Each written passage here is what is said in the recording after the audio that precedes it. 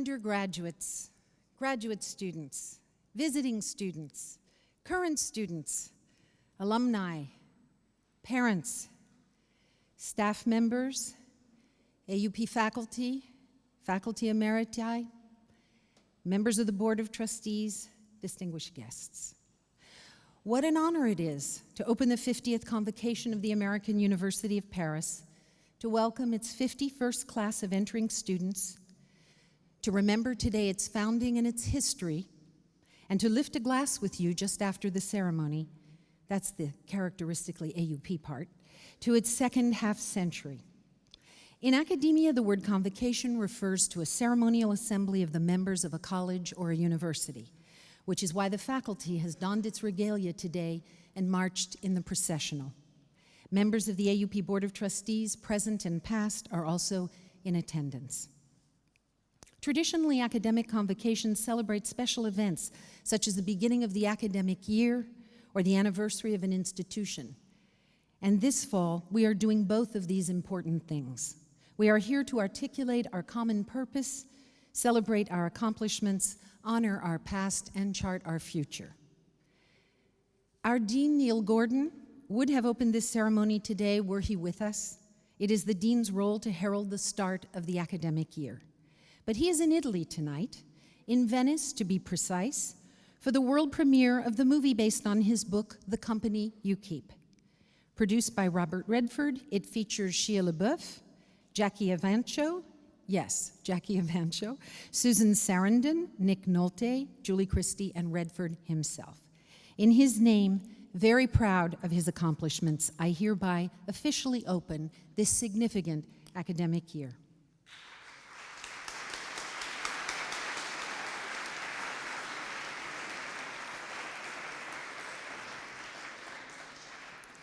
Our first speaker, who has flown here from the United States for this occasion, is Dr. Judith Ogilvie, AUP's board chair, and a member of the university's second class. An exemplary AUP alumna, a dual citizen herself, Dr. Ogilvie has devoted her life to strengthening civil society. She is a leader in the U.S. NGO community, having directed two of the largest and oldest such organizations in America, CHF International and the Pan American Development Foundation, each of them addressing issues of poverty and inequity. Dr. Ogilvie, who has chaired our board for the past 4 years, transforming its governance in the process, will give a student's perspective on AUP's founding years. Next, we will hear from distinguished Professor Emeritus David Pike, who joined the university in 1968, 6 years after it opened, and who has taught history here continuously for 42 years, while establishing himself as a major scholar of the Stalin-Hitler-Franco era. A professor since his retirement at the American Graduate School here in Paris, he is still on campus daily working on a feature film set in Nazi Austria. Dr. Pike will give a faculty member's perspective of the founding years. Franklin Craig, also a member of AUP's board and an alumnus of the class of 1981. In fact, he's the internationally recognized mayor of that class. He will be evoking memories of the 80s. Franklin, an investment banker and asset manager who lives 3 blocks from AUP, can be said never to have left his alma mater. Few alumni have supported the American University of Paris with greater fervor and energy, greater belief in its transformative power, or greater generosity. After Franklin, we'll hear from Patrick McDermott and Eileen Weinstein, the undergraduate and graduate presidents of AUP's newly refounded Student Government Association. Each of them will be giving this year of their lives and a few GPA points in service to the university. They will both be very busy this year. Last May, AUP offered an honorary degree to David McCullough, author of the now famous book, The Greater Journey, about the voyage to and from Paris of a host of 19th century writers, doctors, architects, dancers, educators, engineers, painters. We have used McCullough's trope of a ritual journey to Paris for young and ambitious intellectuals and artists to tell the huge range of AUP stories about our students' journeys here. Today, a current sophomore, Sven van Mourik, and an AUP alum, now a staff member, Kristina Keenan, will tell the stories of their own greater journeys to Paris and to AUP. Finally, Ramsey Ben-Achour, an alumnus of the class of 2007, followed his heart and the call of another AUP alumnus to Haiti the day after the earthquake.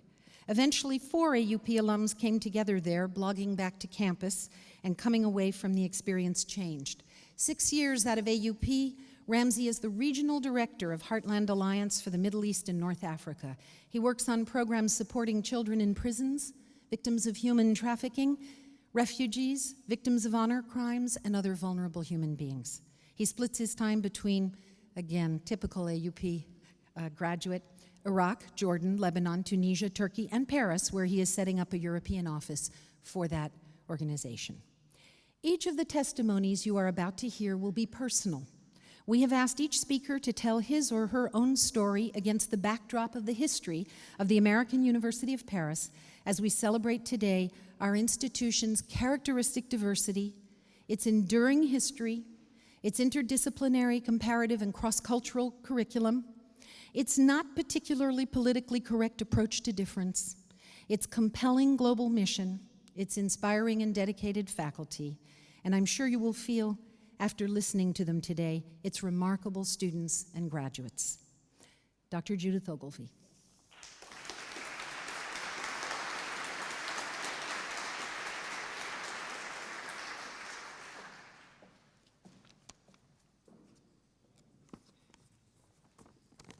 Thank you. Good afternoon, everybody. It is really such a pleasure to be here with you all today. And even though it's actually good morning for me, because as President Schenck was saying, I just flew in this morning, I thank you for the glorious day here in Paris. And what a wonderful opportunity to be here as we formally inaugurate this 50th anniversary year of the American University of Paris. 50 years for AUP, and for some of you, 1 week. A contrast, but on behalf of the Board of Trustees, I welcome each and every one of you so warmly, and a special welcome to those of you who are new to the AUP community. Today is a day of looking back, but also of looking forward. And in my dual role as former student, and as President Schenck said, I've been asked to talk about my student perspective from those early years, and as current board chair, and I might add the first alum to hold that position, I would like to do a little bit of both with you, looking back as well as looking forward. This building in which we stand now, the American Church of Paris, is the building that welcomed the first students who came. And this was the building that welcomed me as well. For many years, when I thought of the American College in Paris, for that's how it started life, and that was its first name, this was the building that I thought of. This was where classes were held, scattered throughout this building, and also the American Cathedral across the river, and the offices for the administration were down in the basement, and this was it. This was the American College in Paris. The local cafes were our equivalent of the Amex, and that's where we spent our time in between classes. As President Schenck said, I was a member of the second class. That only means class number 2, not second class. And it was very early in the institution's history, obviously. I obviously had no more experience of starting up institutions at that time, so in some ways it seemed normal. But things were a little makeshift. There were lots of cardboard boxes around. The administration rushed around with harried looks on their faces. If you think they look harried now, they looked much more harried then, I have to say. But then it was normal. Classes met, friendships were formed, exciting speakers came into this very building. And AUP, ACP has always attracted a lot of very, very significant people who want to share their experiences here.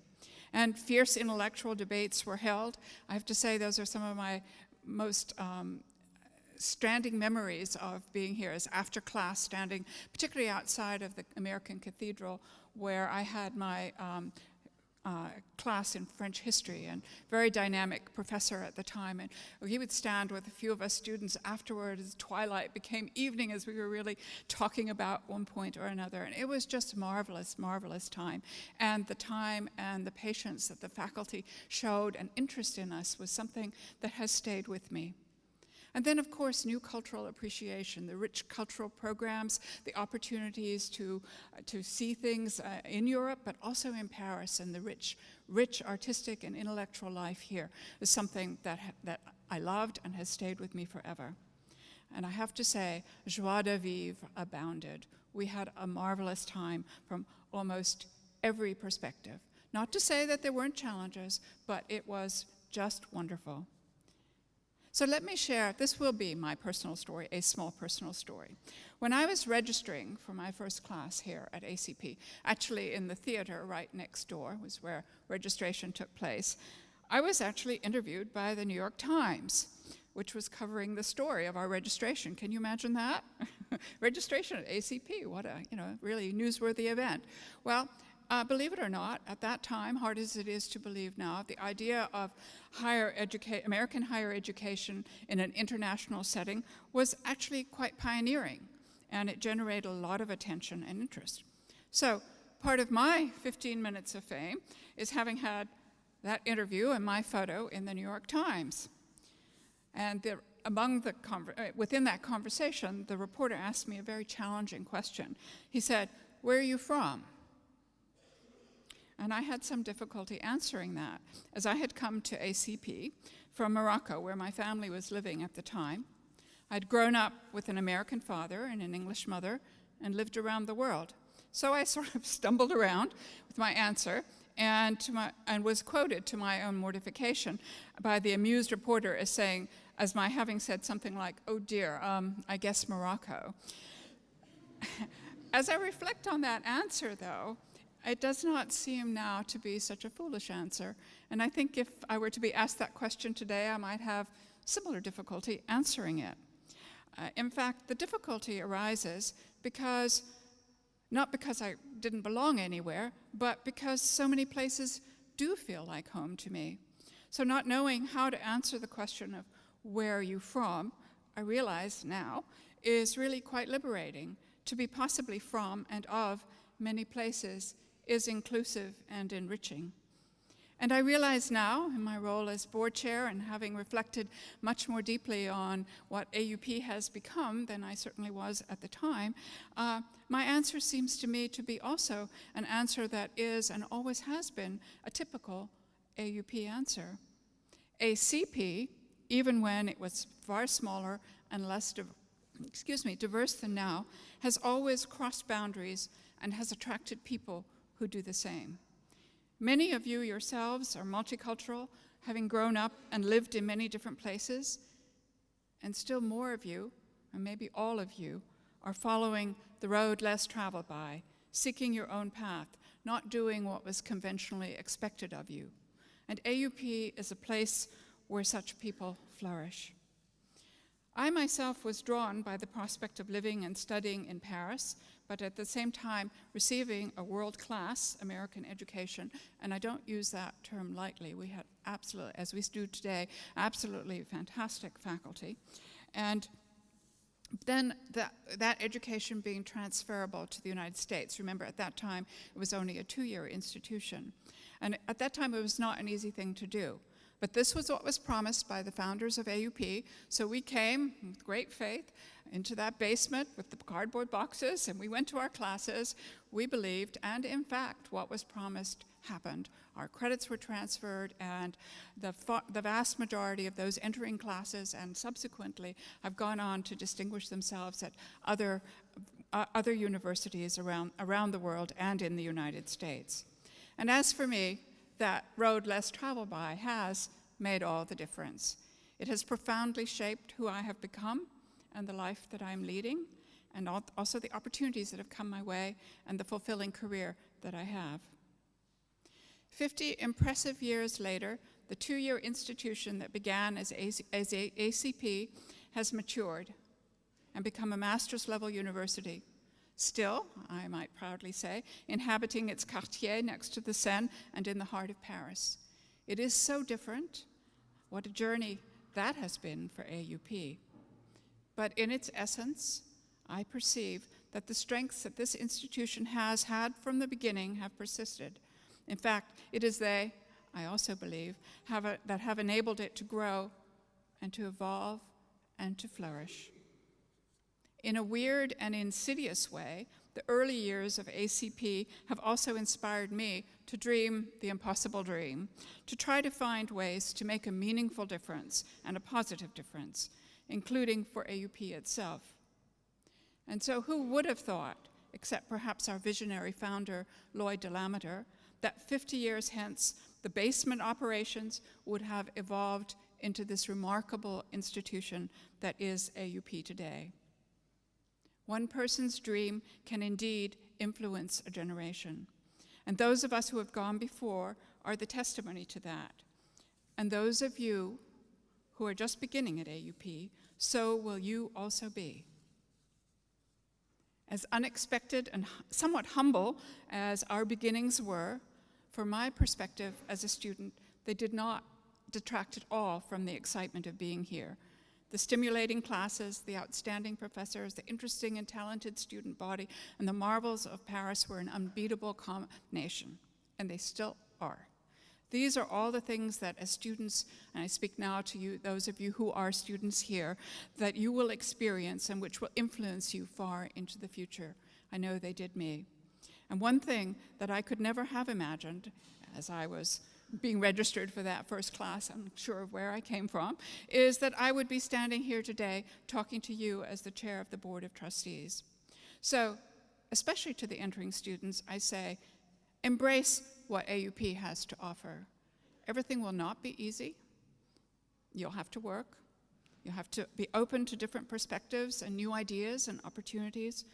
And you'll have to challenge yourself, sometimes and maybe often, going out of your own comfort zones. But you will be rewarded, I promise you this, in so many different ways, academically and personally.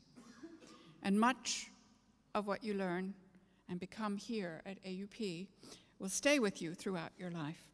And in due course, you too will come back to AUP and help to support and guide it on its way. And perhaps you will stand here in 50 years. I know you can't even imagine that time span right now. I realize that. But perhaps you will. And perhaps you will stand here talking with a new group of students, telling them what it was like when you were here, the boundaries that you have crossed. And what answer will you then give to the simple question, where are you from? Whatever that answer, I both hope and predict that, as it does for me, it will have many facets and will contain the words proudly said, the American University of Paris.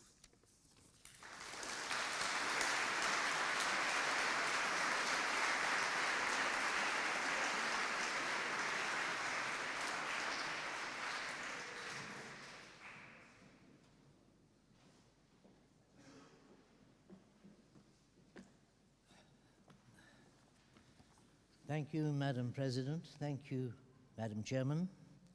Dear friends, I'm invited here to speak on the creation. Actually, I arrived here 6 years too late for the creation, and I arrived by chance.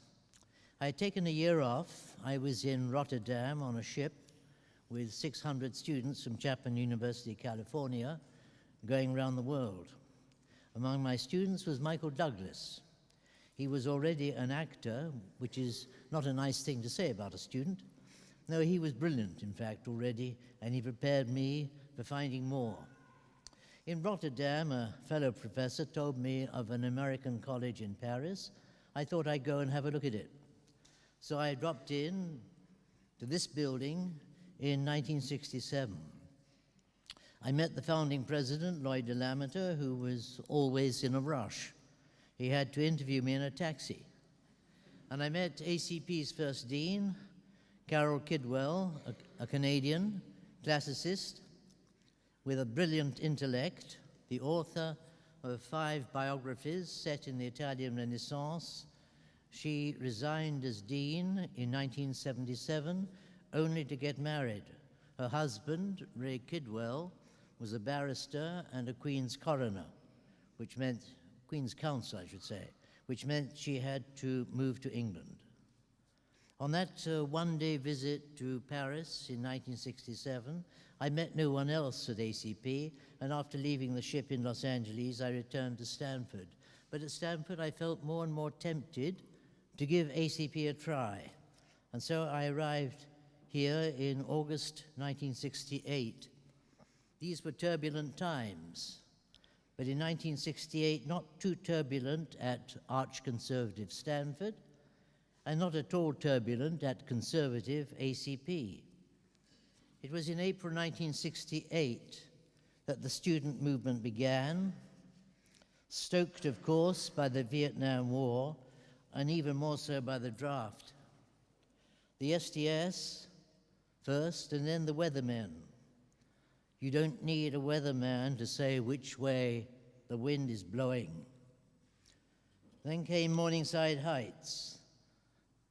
Some students were actually burning books, a horrifying reminder. At Harvard, President Pusey found his own office invaded, as it happened here too, at ACP. And then in May 1968, Paris erupted. Paris, the home of 4 revolutions, far surpassed anything in America. The Odeon here became a fortress with barricades throughout the Fifth. One South African professor at this college, ACP, indeed was on the barricades. But 3 miles away, here in this building, students came to classes as usual. Nothing changed yet. And that is how I found ACP when I arrived here in September 1968. Perfect calm. The students no different in appearance from those at Stanford, well dressed. The males wore jackets and ties. The ladies all wore skirts. You never saw jeans. To describe the ACP student in portrait composite, he or she was American, white, and the son or daughter of an American diplomat or businessman based in Europe. The ACP administration seemed like family. While Lloyd ran the show, selecting his faculty, many of whom were on sabbatical, his wife Marie ran the housing office and the cultural program. We were small. The administration was rounded out by the registrar and the business manager, and each of the 4 had 1 assistant only. Joe Lutz in the business office, a baritone singer of opera quality, and loved by everyone who dealt with him. You could never get angry with Joe Lutz, and nor with Benito Gonzalez, the immortal Gonzo, the first maintenance man, and when I arrived, he was the entire maintenance team. The student body was 300, and the faculty 30. All but 6 of us part-time. Among them was Clelia Hutt, who was indeed here at the creation in 1962, your professor, Madam Chairman, head of the French department, and staying until she retired. Another stalwart of the earliest days, Edmund Pendleton, organist of this church and our composer in residence. As an American, he had continued to live here in this church under German occupation, hiding fugitives in the loft above us as long as he could do so. Well, that was 1968. In March 1969, ACP erupted, and it was worse after the killings at Kent State. The American embassy made great efforts to cool us down. We had 2 memorable visitors. Both were audio recorded. The first was the embassy's expert on Vietnam. He assumed we were all idiots. After confusing the man Truong Dinh Su with the massacre at My Lai, he was glad to leave. The second visitor was Lieutenant General Vernon Walters, who had recently served President Nixon in the destruction of Brazilian democracy. In the Thurber room above, on that table on which I was a panelist, the ACP student leaders walked to the front with a small body wrapped in newspaper. "With our compliments, General," said the students. They unwrapped it in front of him. I was next to General Walters as he recoiled in horror. It looked for all the world like the corpse of a half-incinerated child. It was later identified as an embryo pig. Walters then gave his talk. "Vietnam is moral, and we can win it if we have the guts." The action of the students was, of course, totally out of place. But the times were out of place, and the students were now prepared to carry the cause to any length. Any length? At ACP, as at Stanford and everywhere else, there were two separate issues. It was possible and necessary, but very difficult, to support the one against the war and oppose the other, the attack on universities themselves.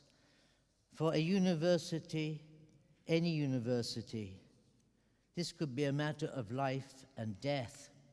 Even Stanford was rocked.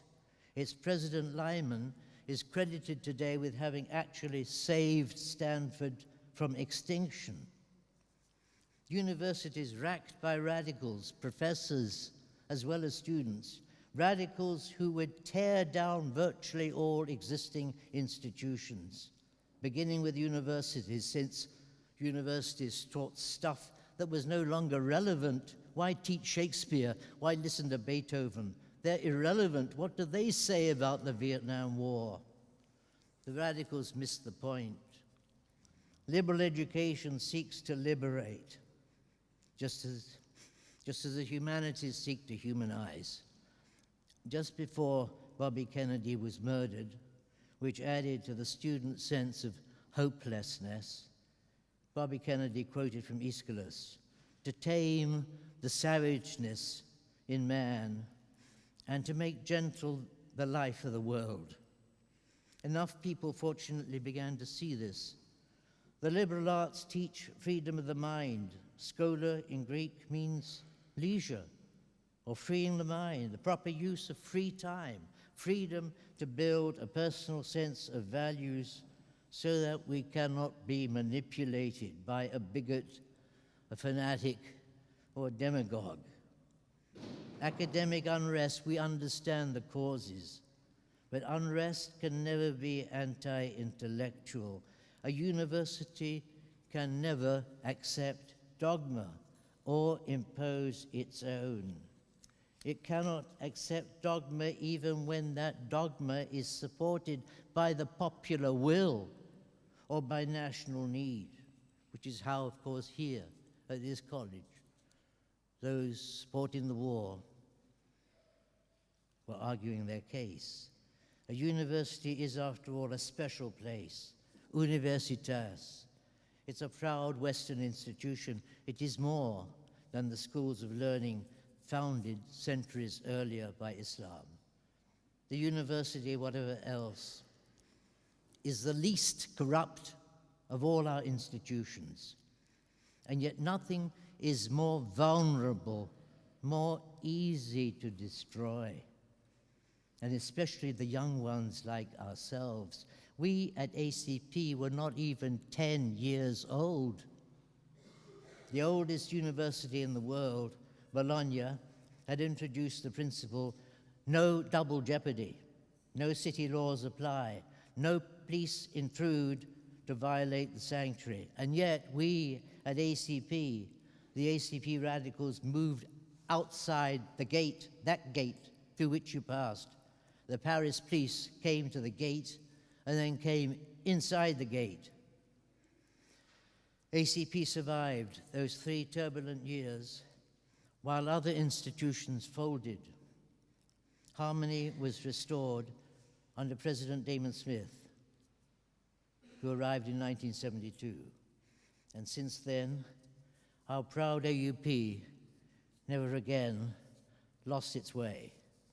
Let me now introduce our next speaker, Franklin Craig, my former brilliant student, whose sister, Marion, was also my brilliant student. Franklin.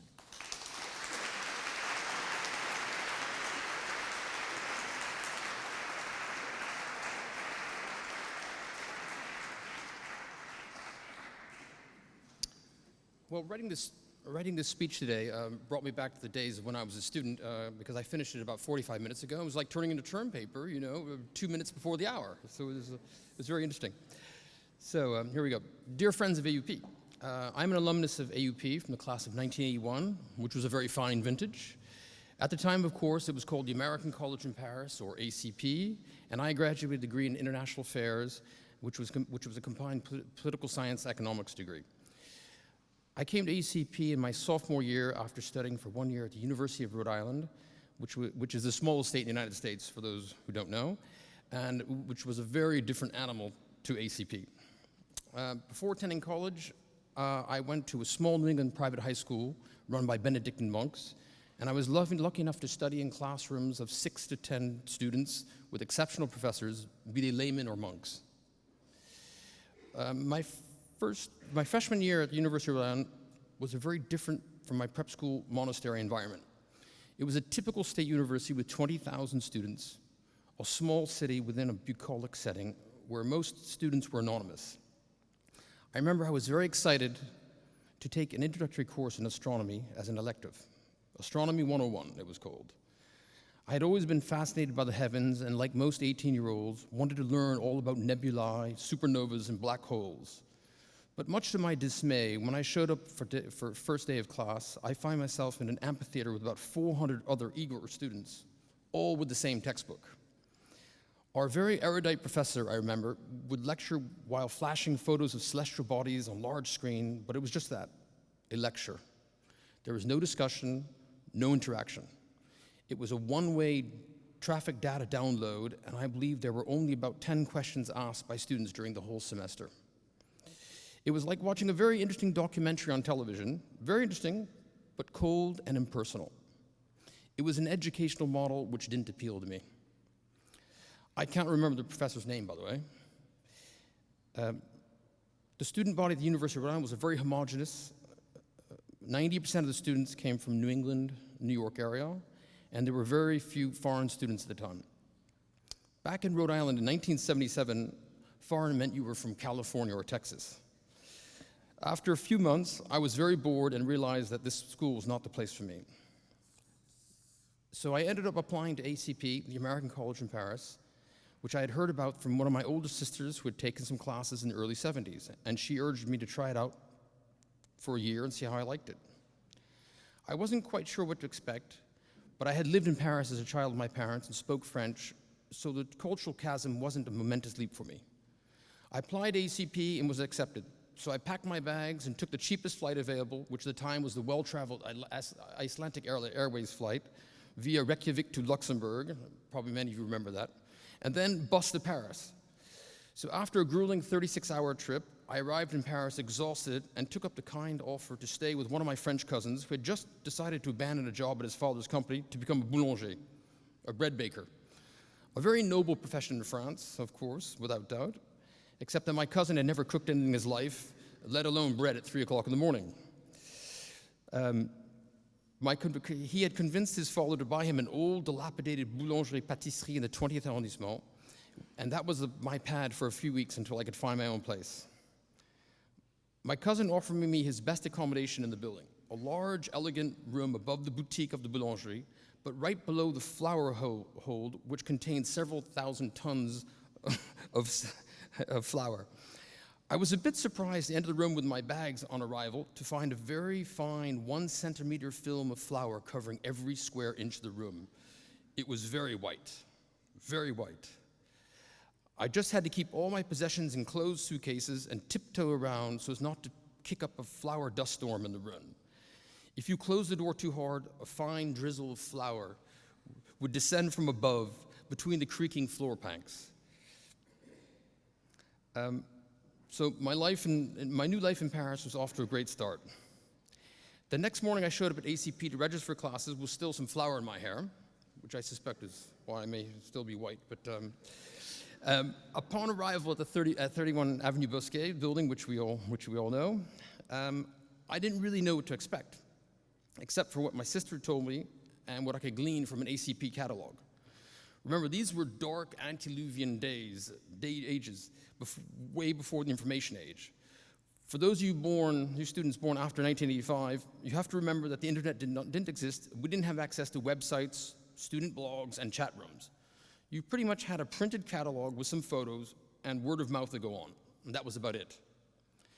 After my first few days in Paris, I was enchanted by the elegance of the amazing city and with ACP.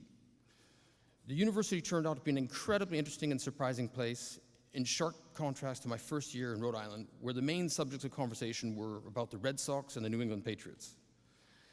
I had landed on another planet without breaking through the Earth's stratosphere. ACP had, and still has today, an incredibly diverse student body where most students spoke several languages and had lived all over the world and had all sorts of amazing personal tales to tell. There were small classrooms where discussion was possible, beckoning memories of my Benedictine high school days.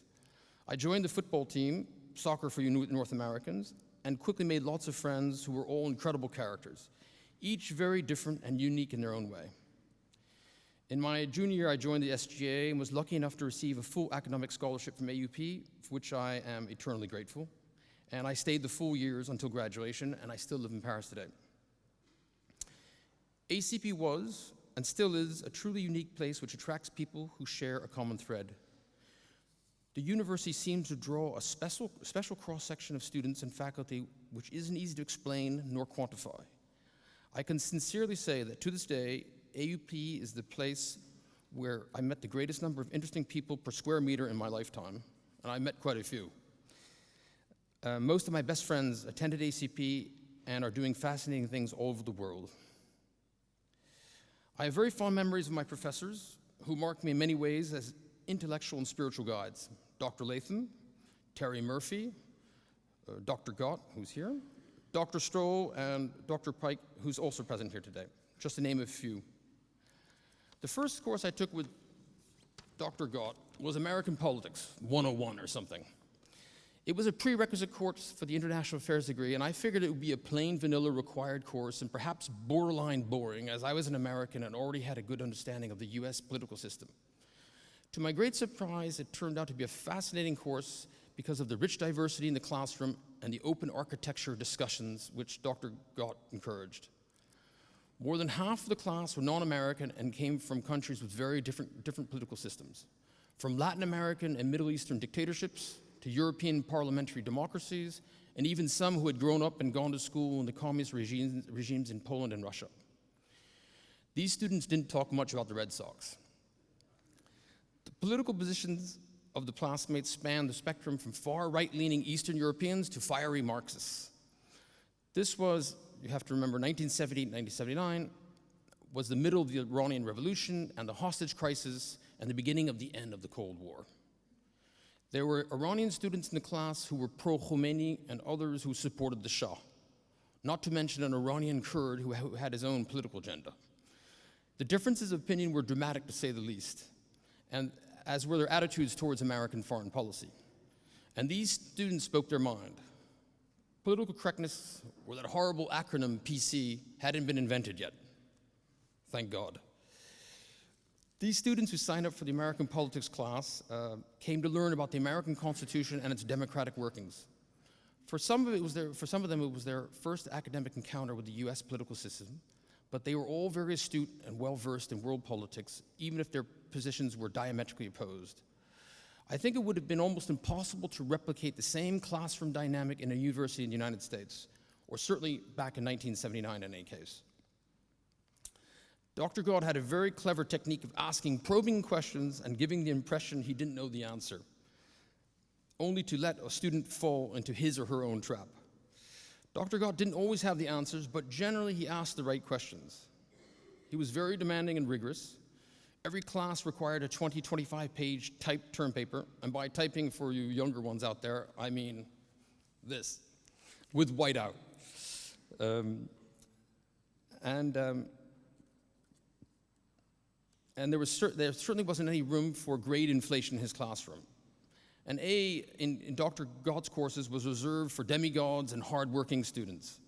Slowly the class took on its own dynamic under the guidance of our professor and quickly morphed into a study of comparative political systems using the US system as a barometer.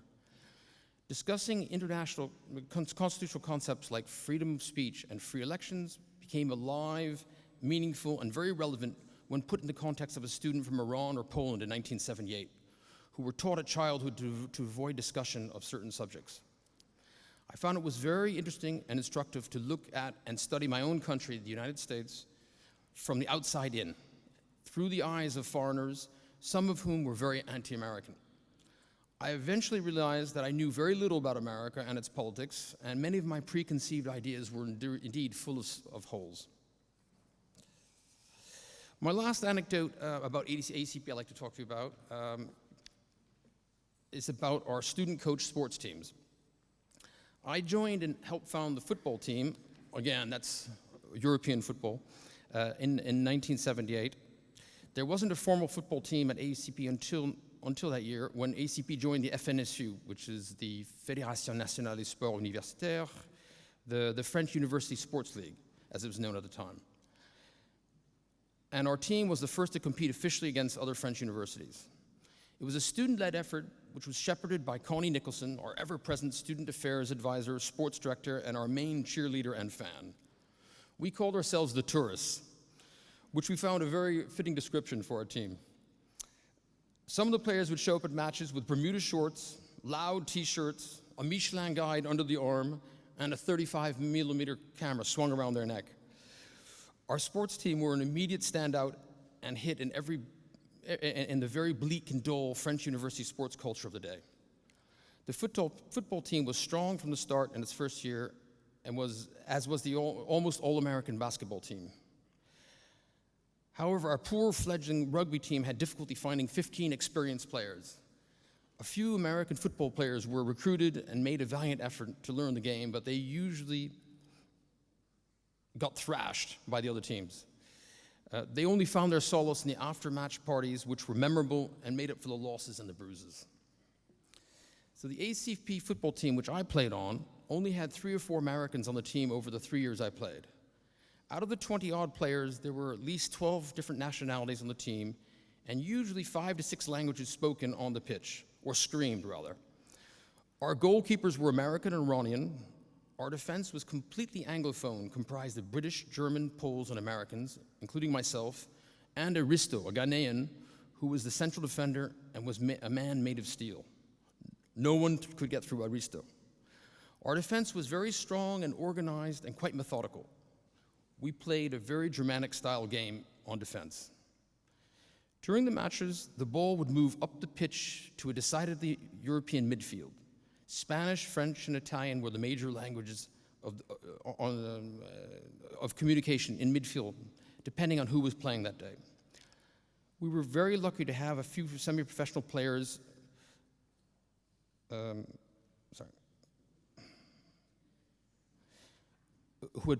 had played in European clubs, which raised the overall level play of the team. Gianluca had played at Firenze, which was an Italian second league division team, and he was our coach and captain.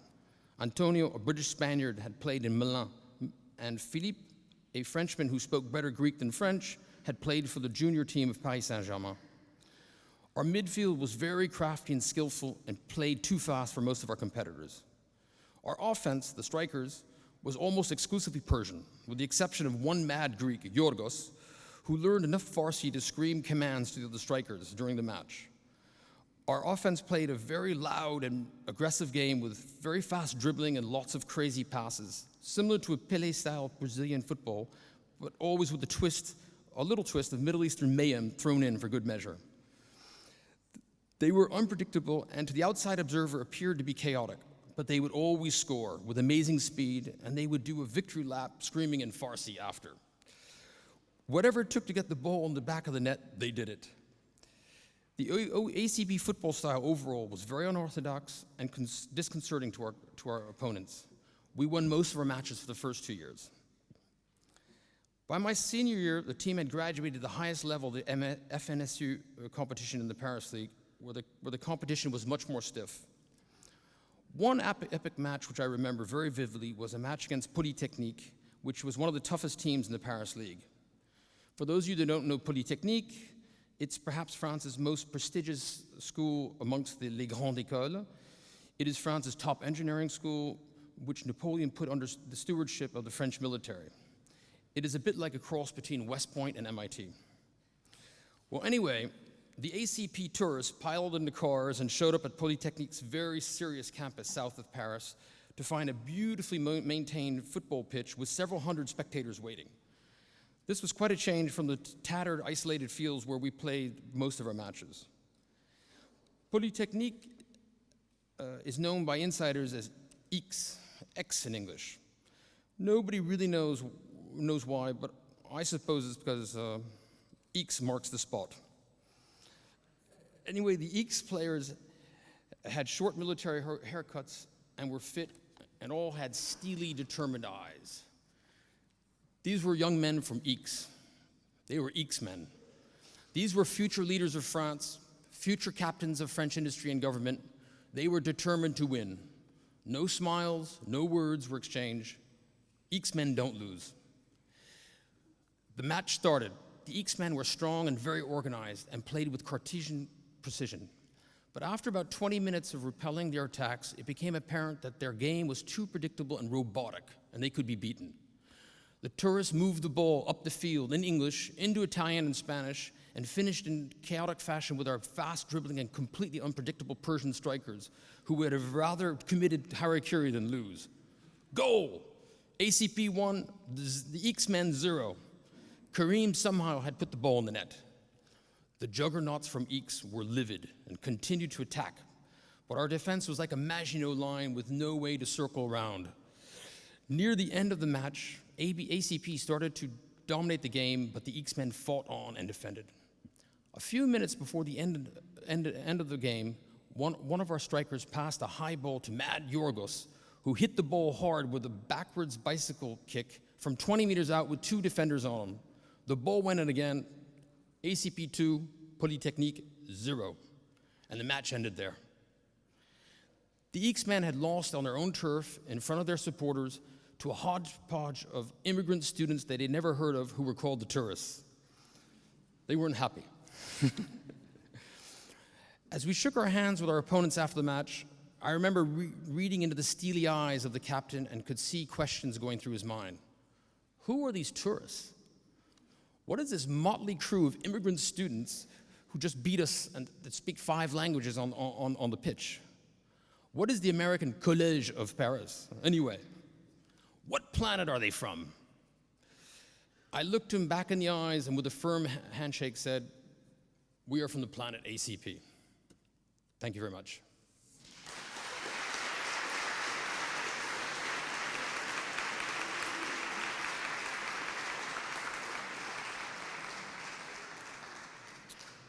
And so I'd like to introduce the Undergraduate Student Council President, Dr. McDermott, 2013.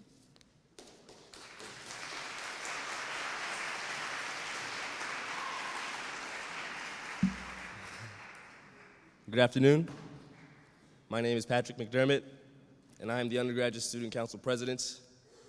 First, I would like to thank President Schenck for giving members of my team and me the opportunity to speak at this monumental ceremony, AUP's 50th anniversary convocation.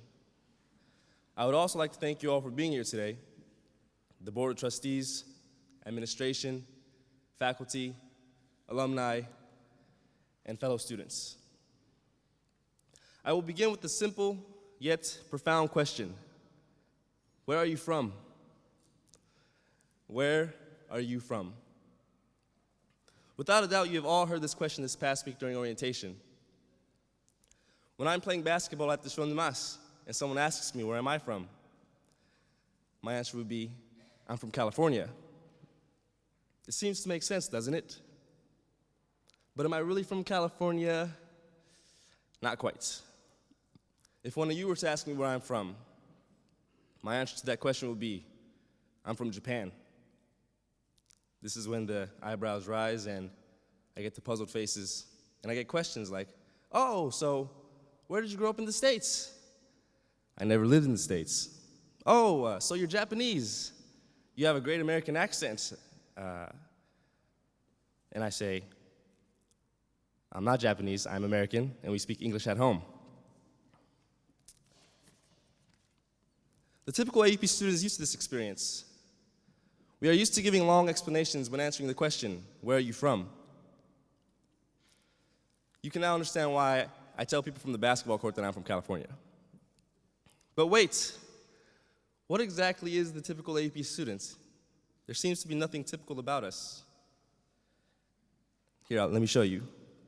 Students, raise your hand if you're American. Now keep your hand up if you're of Irish descent. Now out of those remaining, keep your hand up if you are also half Filipino. You, all of you, with your hands down, you are typical AUP students. You see, ladies and gentlemen, we are similar because we are different. It is important to understand that we are in this together. To enhance your experience here at AUP, it is essential to learn how to work with each other, learn to solve problems with each other, share ideas with each other, and learn to agree and disagree with each other. One of my personal experiences with this happened here in the basement of the American church. When I first joined the basketball team at AUP, we used to practice here.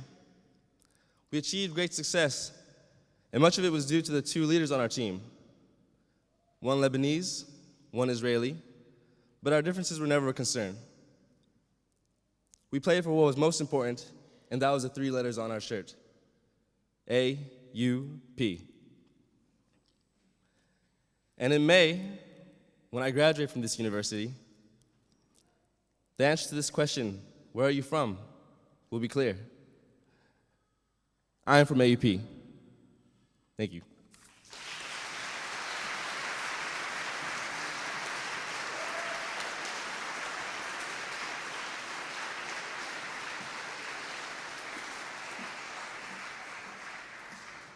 Hello, I'm Eileen Weinstein. Patrick was supposed to introduce me. Excuse me? Closer. Fellow graduate students, all entering new students, current students, faculty, staff, members of the board, distinguished guests, Madam President. Most of you will have arrived here with your own unique life story, frequently with an international inclination that has led you to AUP. A lot of us come to AUP because we're already lovers of France. Today, as the president of the Graduate Student Council, I've been asked to share a little of my story with you. My Francophilia presents itself at an early age. I attended elementary school at the École Bilingue de Berkeley.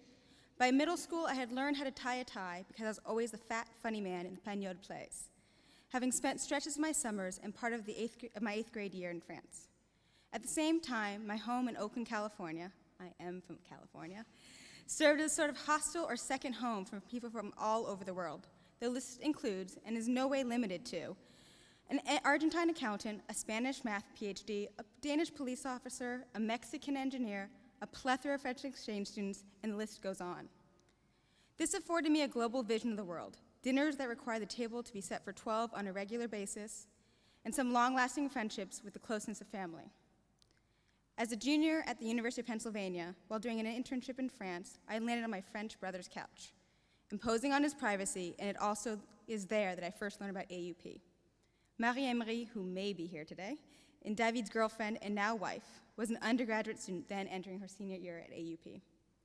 After that, my career took on a life of its own, and even though I always expected to get back to France, it never really happened.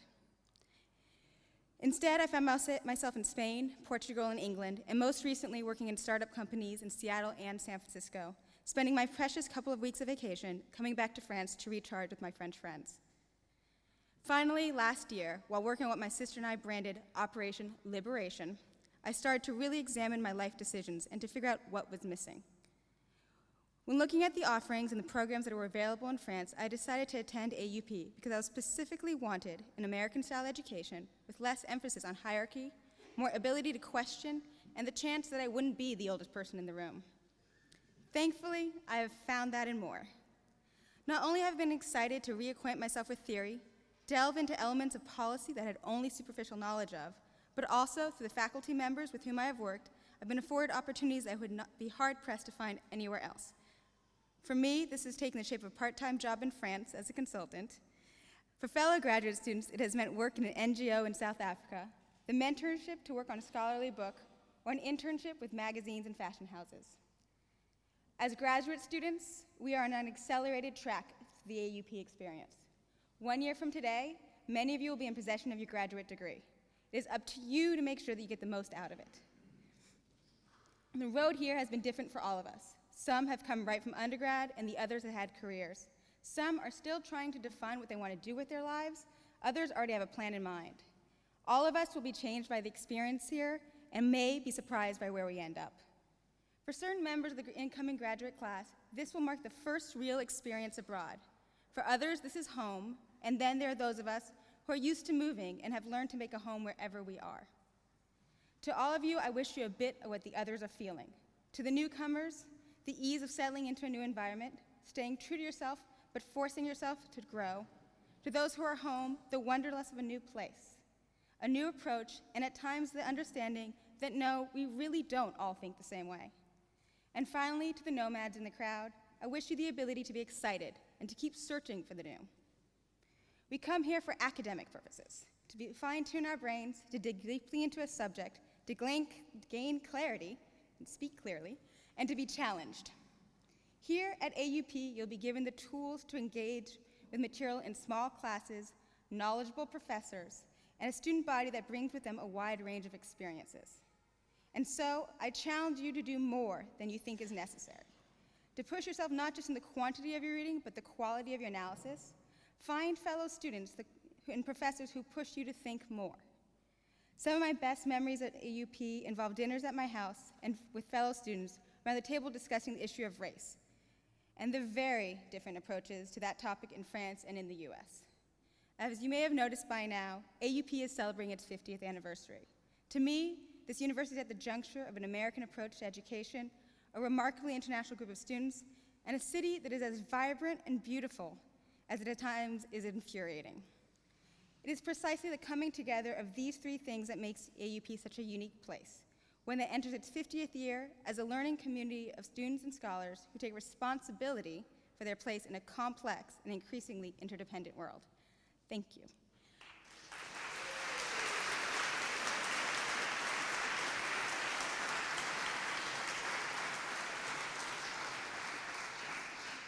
And now I'd like to introduce Sven van Mourik, who is the Vice President of the undergraduate.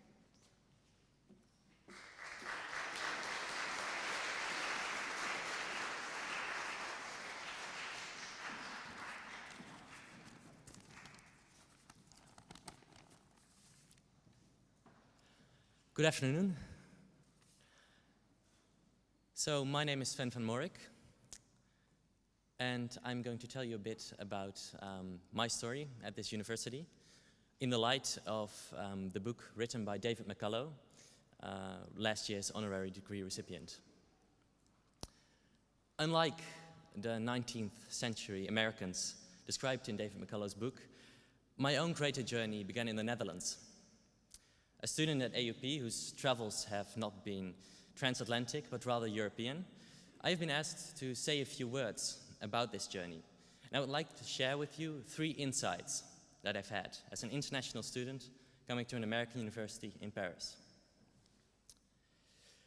Despite the fact that I'm not an American, it is hard to fail feeling a connection to the historical characters that Mr. McCullough depicts.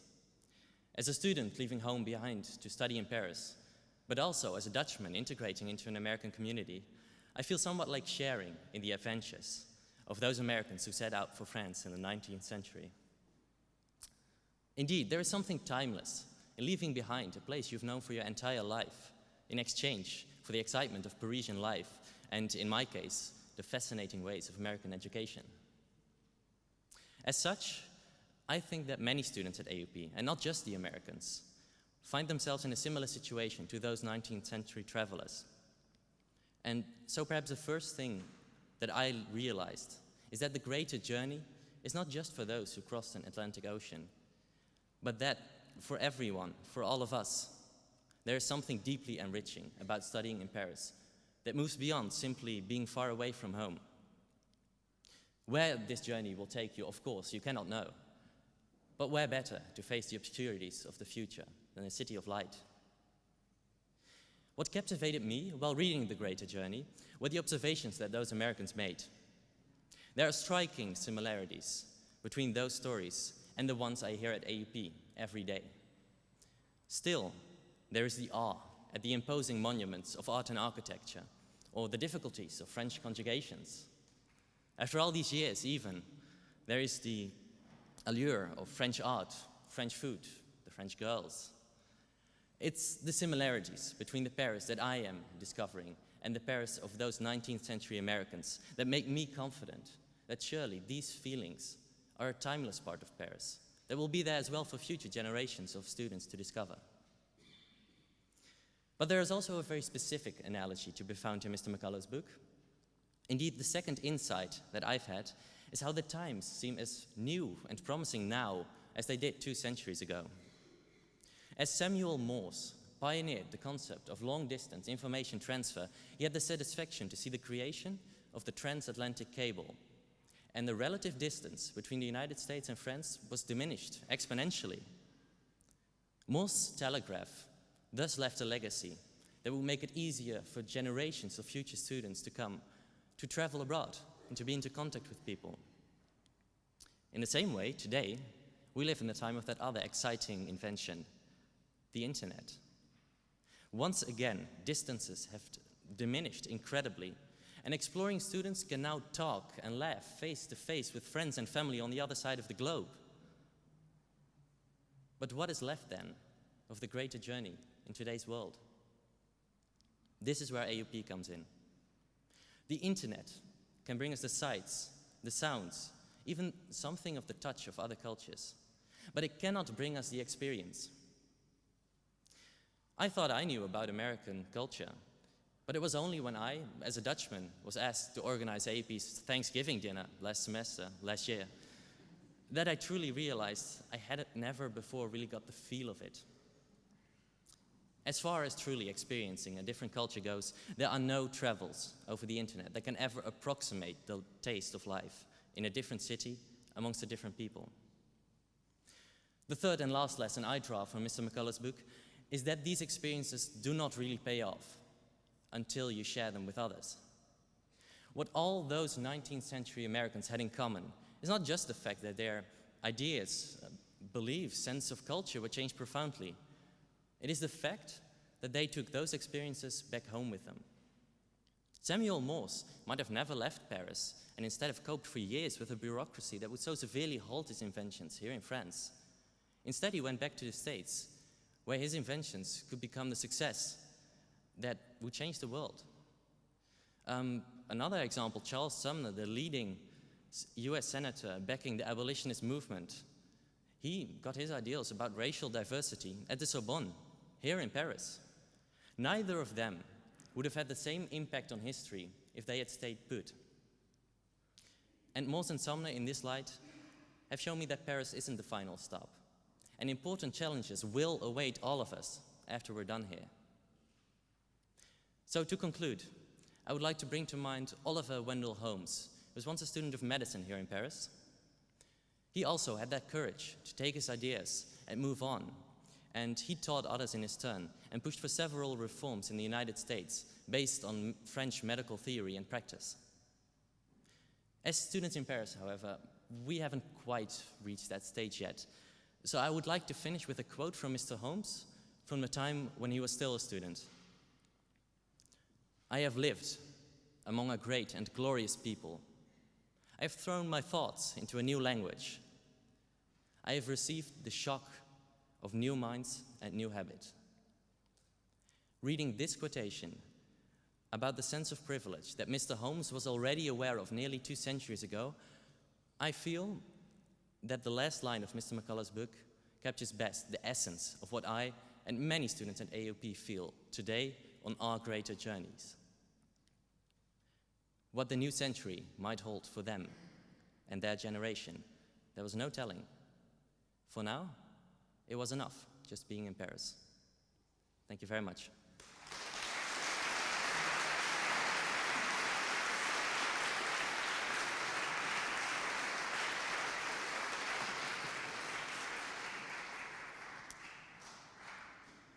And I would now like to introduce 2008 alumni of AUP, Kristina, Keenan.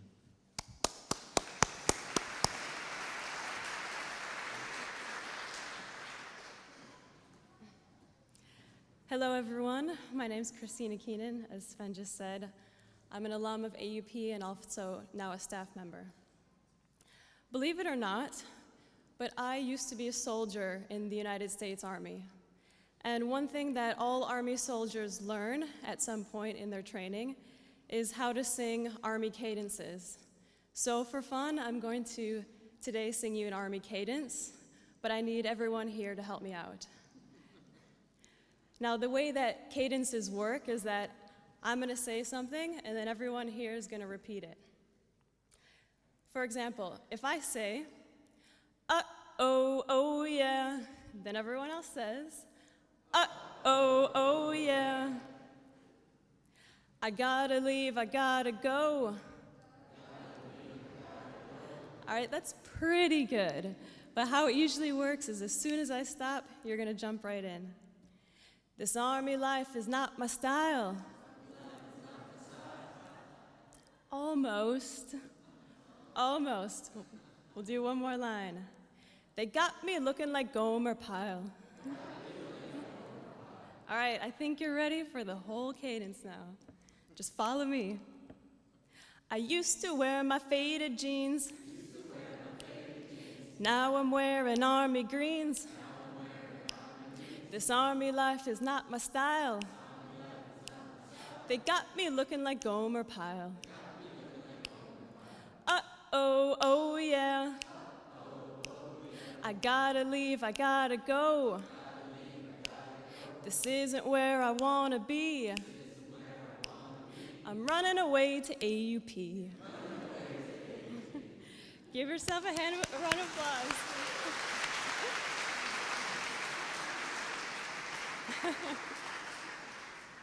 Now you might be wondering, why on earth did I join the Army?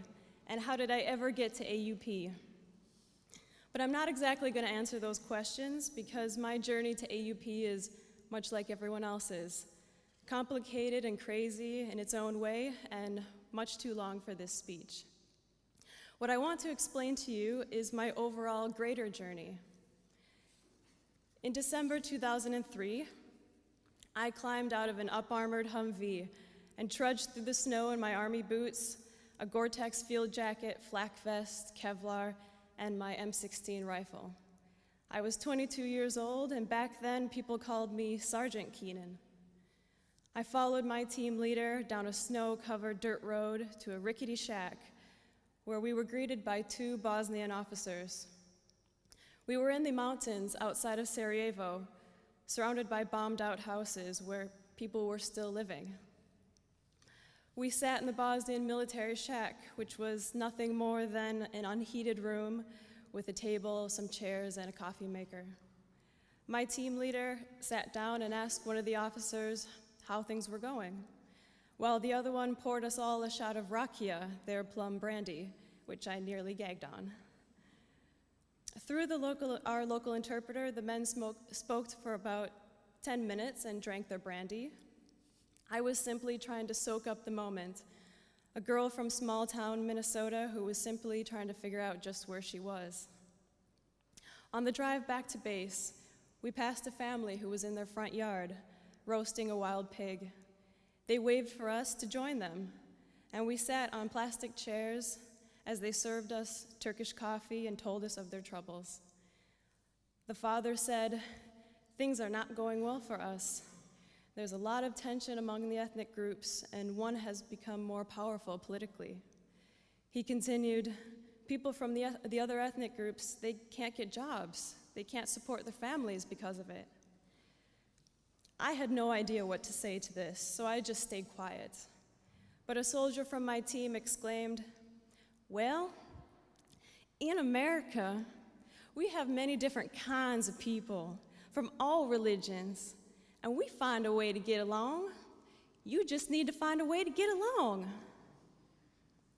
I couldn't have been more mortified by this comment, but luckily 6 months later, I was the team leader and learned about local sensitivities, which helped me to successfully conduct over 100 interviews. People opened up to me about the horrors of war, genocide, and the aftermath. I had been sent to Bosnia as a peacekeeper, and I took it as an important learning experience about my own place in the world. This was my life for six years, the Army that is, until somehow in 2006 I found myself at AUP, surrounded by French high fashion and wine and cheese under the Eiffel Tower. What planet had I landed on? The culture shock was almost unbearable, but I quickly found my place among the students in my political science classes. And through professors Peter Hagel, Oleg Kobsev, Stephen Ekovich, and Terrence Murphy, I began to make sense of what I had witnessed in the field. I was obsessed with the Balkans, and even made a comment in class about how the US had bailed out Europe by intervening in the Yugoslav war, completely offending the student sitting next to me, who just so happened to have been in Belgrade when American planes bombed his city as a child. He burst out saying, "You stupid American, I bet you've never even been to the Balkans." He sat back in his chair shocked when I said that I had. Class ended and we both apologized for what each other had said, coming to the agreement that we had both exaggerated, then talking together so much more, curious to hear each other's stories. That was my student experience at AUP in a nutshell. That is all of our student experiences at AUP in a nutshell. After I graduated in 2008, I can't say that I was the most involved alum, but I carried with me the analytical skills and passion for political issues that I had learned at AUP. I was working at NATO in Belgium, spending the early mornings in the office putting together the General's book, a series of briefings for him to read with his morning coffee. At precisely 7:55 a.m., completed book in hand, I would speed down the hallway of the General's staff, passing photos of former Supreme Allied commanders on the walls, walking under the largest one of Dwight D. Eisenhower, and turning into the General's office with the book to leave the book with his assistant, breathing a sigh of relief that I had made it by exactly 8 a.m. At NATO, I spent long hours researching and writing analytical reports about the narcotics situation in Afghanistan, discussing and debating with fellow interns about how the problem could somehow be solved. How could the drug trafficking be stopped, the violence, the insurgency? Through our discussions, we decided that without nations investing in infrastructure, building roads, protecting schools, no amount of military might was going to change the fate of that country. It was in that moment I realized that I wanted to step away from the military security environment. Since then, and for the last 3 years, I've been working in the AUP alumni office. And getting to know the alumni community has been yet another great experience for me. AUP alumni are some of the most interesting people that I have ever come to know. They are writers, business owners, and restaurant chefs, screenwriters, financial analysts, and humanitarian workers. They live in every corner of the world, but always seem to find their way back to Paris. In my role as head of outreach communications, I've had a chance to read and review many alumni stories for our website, newsletters, and magazine. I've also gained a new perspective on the student experience at AUP. Every year I come to know more professors and have more opportunities to work with students. I've audited classes, listened to visiting speakers, and have stayed late to join them for a drink in the Amex. I can say that as a staff member, I've finally seen all sides of AUP, and I have loved every minute of exploring it. But like most things in life, one stage often prepares us for the next one. For me, the next phase of my greater journey will be starting a master's degree this time next year in human rights and humanitarian action at Sciences Po here in Paris. It would seem that all of my life experiences as a peacekeeper, an Army sergeant, an AUP student, a NATO intern, and now an AUP staff member have all converged to this very spot and in this very moment. I can stop, breathe, and simultaneously look back at what I've accomplished while looking forward to my future plans. Maybe you too will all stop to think about your greater journey on this very special anniversary.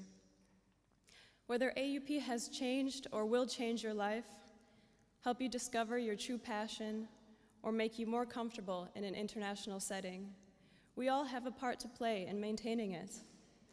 I urge everyone here to get involved. Firstly, for students, the initiatives you take are the ones that will make this school.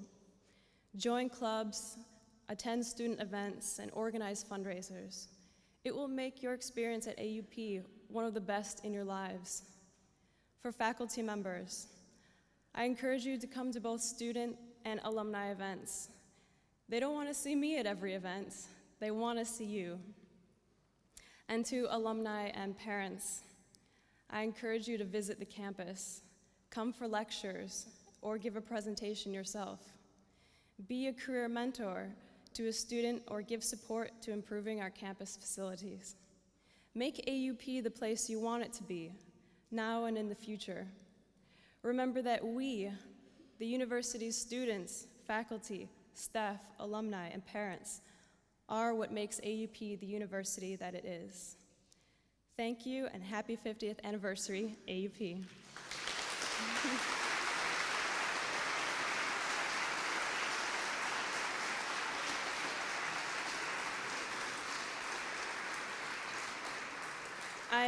I'm happy to announce the next speaker, an AUP alumnus and my good friend, Ramsey Ben-Achour.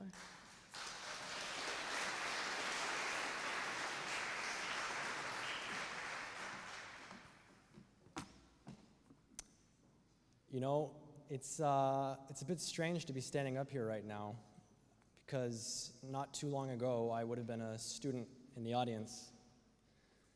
I graduated from AUP 6 years ago, and let me tell you, a lot can change in 6 years. 6 years ago, I was having the time of my life. I was about to graduate from AUP, and I was enjoying everything that it had to offer. The courses, learning from my professors, learning from my fellow students. I was enjoying everything that Paris had to offer in all of its glory, including the female-to-male ratio of students. But at that time, I had absolutely no idea where my life was going to take me. So I guess I should step back here and say that I am indeed an American. But my mother is from New Zealand, and my father is from Tunisia. So, as we've heard today, that makes me the most typical AUP alumni in this room. I don't always like to admit it, but I actually started my college career in Virginia at a place called Christopher Newport University. And my fellow students used to come from places like Mechanicsville and Lynchburg, not to forget Blacksburg. Now, I'm not saying that there's anything wrong with those places or the people that come from them, but when I used to say that my father was from Tunisia, I usually got the following response. Tunisia? Where is Tunisia? Africa? Wait, hold on, you don't look African. I needed to get out, and I needed to get out fast. Fast forward, I'm living in Paris. I'm surrounded by the most international group of students I've ever seen. I'm surrounded by the most international faculty that I've ever seen. I'm supported by everyone around me, including the administration. I'm eager to learn, and I am finally starting to feel like the person that I've always wanted to be. AUP changed my life, and I am grateful for that each and every day. And you know what the most exciting part of it is that it continues to change my life in ways that I had not imagined possible. So in order to explain that, I need to tell you a little bit of a story. This story starts 3 years ago. My now fiance, I told you life can change, she and I had met shortly after AUP while doing our master's degree at the London School of Economics. We wanted our relationship to work, but we were both interested in international development and humanitarian response. And if any of you know people that work in the humanitarian field, then you know that NBC could start a reality TV show with a cast of characters that rivals the Jersey Shore. Relationships are quick to start, fast to finish, and the amount of boozing that goes on in between is astonishing. So my fiance and I, we decided we were going to make a pact. I follow her for 2 years, wherever her job takes her, and then she follows me. So don't ever let anybody tell you that that can't work, because it can, and it has. Actually, following Eva, I worked for a think tank in Berlin, an NGO in Washington, and then as a consultant in Sri Lanka. Sri Lanka was in the final throes of a decades-long civil war, a very bloody one at that, and there was so much to be done. I had multiple job offers from various international organizations, but the caveat was that I needed to get my own work visa. And that was tantamount to not getting a job offer at all, because during that time, the Sri Lankan government was not giving out any visas. The civil war was a Sri Lankan problem, and they did not need foreigners to help or witness the realities of what were going on the ground. So I ended up consulting for numerous organizations, but it simply wasn't enough. I was hungrier than that. So I turned to my old friend and foe, Facebook. Status update. Does anybody know of a job that does not require a visa? Well, it turned out that the right people were listening. Not too long after that status update, I got an email message from a guy named Sean Casey. I didn't know Sean, and Sean didn't know me, but apparently he had been inundated with emails from AUP alumni saying that he just had to meet me.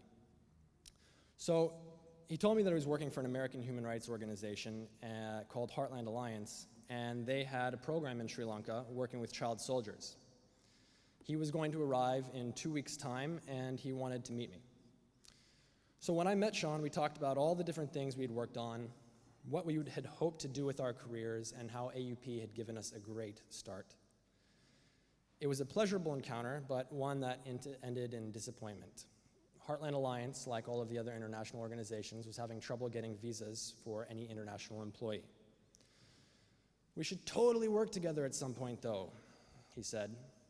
Yep, I agreed, thinking I would never hear from him again. I was wrong. January 13th, 2010. I had totally given up on Sri Lanka at this point, so I decided the best thing that I could do was travel to Germany and learn the language of my fiancée-to-be. I would study at the Goethe Institute. I would live with a German family for 3 months, and then Eva would join me as we went to our next placement. First, though, I swung by AUP. My little sister was an incoming freshman, and I introduced her to faculty, told her which classes she should take, which classes she should avoid, and which ones, or how to navigate the French bureaucracy and find a place to live. I should actually mention that my brother also went to AUP. He was a master's student at the same time that I was an undergraduate student, so you could say that my family is an AUP family. In any event, I had done my duty as a brother, and now was off to go learn that third language. So I'm sitting on a train, and of course I get an email from Sean Casey. Ramsey, have you heard about the earthquake in Haiti that happened yesterday? I'm trying to put together a scouting team and see what my organization can do. Are you available and willing to come? Yes, I had heard of the earthquake. Hundreds of thousands were feared dead, millions of people were displaced, and chaos was everywhere. When do you need me, I asked, thinking I had a couple of weeks to get ready. Ramsey, I needed you yesterday. So, about 5 days and 500 emails later, I touched down in Santo Domingo, Dominican Republic, as the country director of an organization that did not yet have a presence in Haiti. The airport in Port-au-Prince had been taken over by the US military, and the only way into the country was overland. My immediate task was to organize a convoy for a team of surgeons, ER doctors, and nurses that had flown in from all over the United States.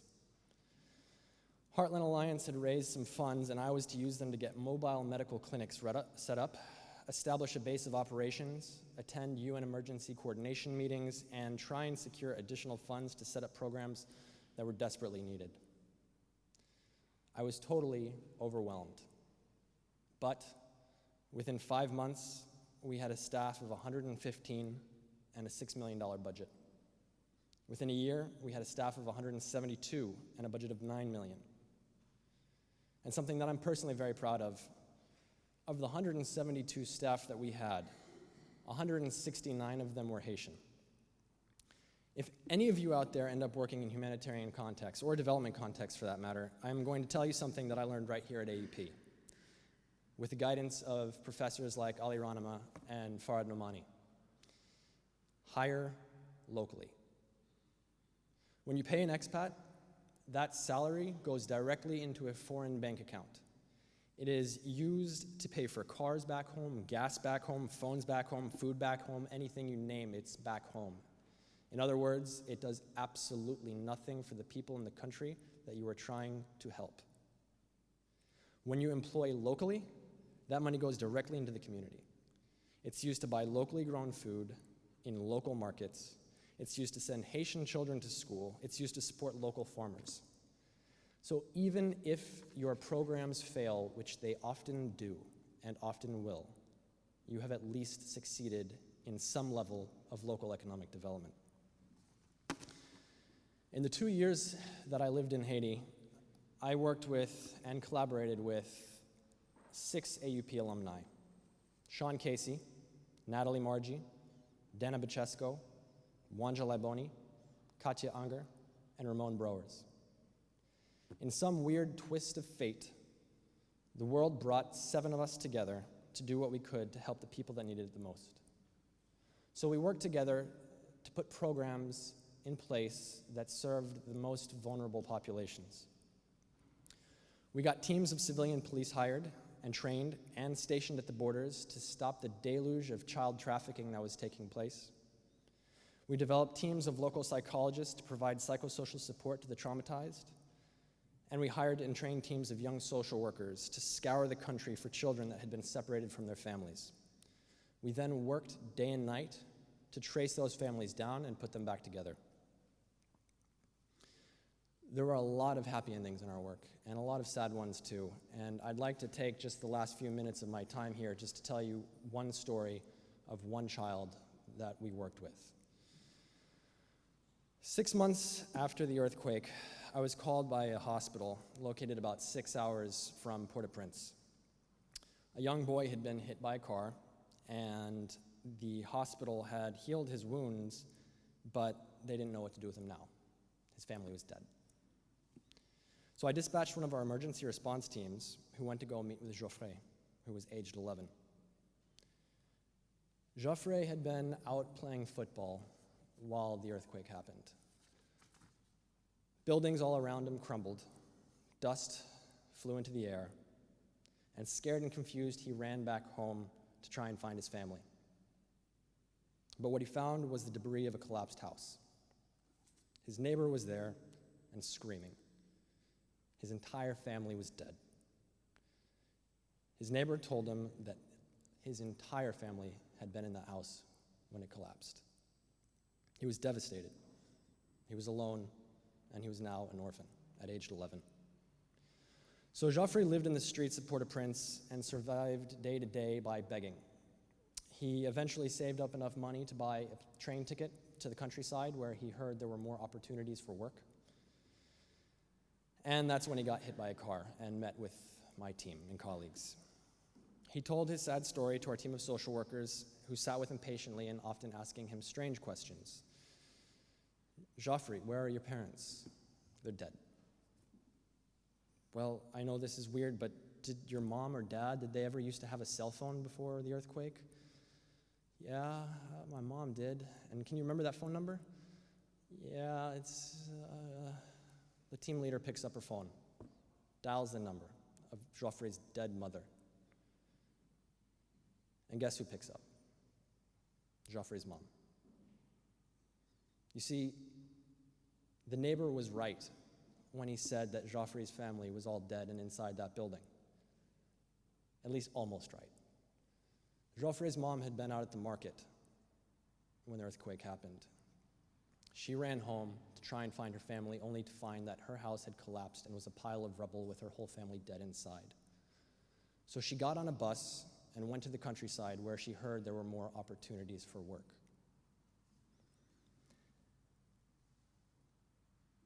Joffrey's and his mother's reunification turned into just another positive statistic in our report to our donor, UNICEF in this case. But to Joffrey and his mother, it was the greatest day of their lives. And you know what? The seed to that story was planted 6 years ago in this little corner of Paris. My education and the education of other AUP students led us to Haiti, where lives were saved, lives were changed, and a little bit of history was made. There's still a lot to be done in Haiti and in other places around the world, including the Middle East, where I'm working now. And I look to you, the students in the audience, who are wondering, where will my life take me? What do I do now? Where is my place in the world? I'm looking at the professors in the audience who wonder, what happens to your students when they leave your classroom? I'm looking at the generous donors in the audience who have funded scholarships, allowing AUP to provide outstanding education to young people from around the world who then turn around and say, it's my turn to give back. My message to all of you is a simple one. We can change the world, one graduate at a time and one university at a time. Thank you.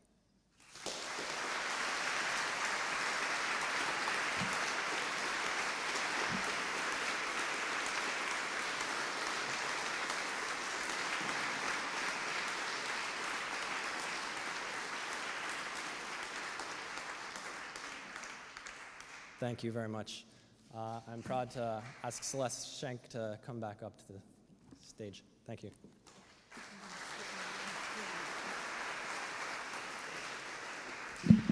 The really good news is that the hour is late and I'm going to skip my speech because we need to go have a drink. But I'm going to end with a kind of benediction, just a few lines. As AUP enters her 51st year, she has achieved a maturity that the early chronicles foresaw. Long may this institution serve generations of students from the four corners of the globe. May those of you entering her gates for the first time allow yourselves to be altered by the experience. May you have permeable boundaries and thus life-changing encounters with books, teachers, fellow students, and of course, friends. May those of you entrusted with teaching our students or supporting their learning continue to feel the deep satisfaction at practicing our kind of teaching, the kind that can't rely on shared intellectual baggage, the kind that comes alive the more nationalities are represented in a class. May those of you who are charged with her stewardship and support fold your protective wings over this institution and ensure her future. It is now way past the time for a celebratory toast. Long may the American University of Paris flourish. Thank you for coming.